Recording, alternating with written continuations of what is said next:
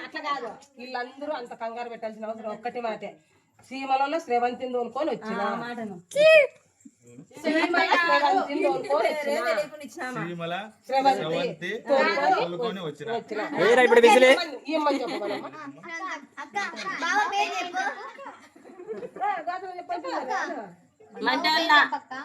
మంటల్లో రమేష్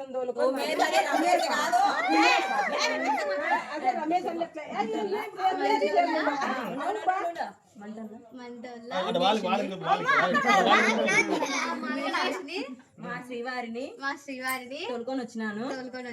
ఇంటి చెల్లెళ్ళు చెప్పలేదా